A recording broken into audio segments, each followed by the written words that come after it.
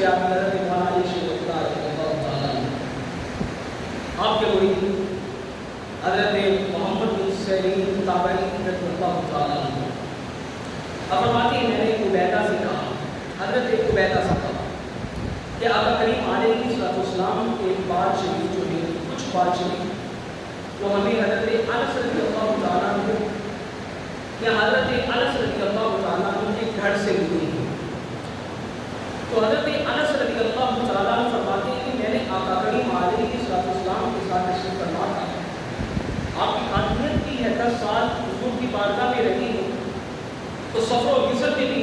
رسول اللہ کے ساتھ ہوتے تھے۔ تو حضرت انس رضی اللہ تعالیٰ عنہ فرماتے ہیں کہ جب رسول کریم علیہ السلام حجام کی دکان پہ اپنی حجامت کے کروانے کے لیے بیٹھے ہوئے تو صحابہ نے ایک دائرہ لگا دیا، صحابہ وہاں پہ کثیر تعداد میں موجود تھے اور اس انتظار میں تھے کہ حجام والا بھائی جب حضور کی حجامت کر رہا ہے،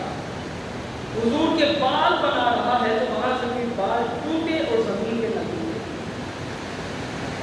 اس قدر حضور کے بال سے بھی محبت کرتے ہیں یہ ہیں اصل صحابی۔ میں تو اکثر کہا کرتا ہوں ہمیں تو عقیدہ بھی صحابہ نے سکھایا ہے، صحابہ ہی نے ہمیں عقیدہ سکھایا ہے کہ رسول اللہ کے ساتھ اپنا ناطہ کس طرح جوڑنا ہے، رسول اللہ کا دامن کس طرح مضبوطی سے کام کرتے،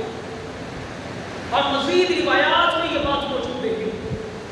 حضرت عثمان بن عبداللہ رضی اللہ تعالیٰ عنہ فرماتے ہیں میری بیوی کی عادت ہوا کرتی تھی کہ جب کوئی بیمار ہو جاتا یا کسی کو نظر لگ جاتی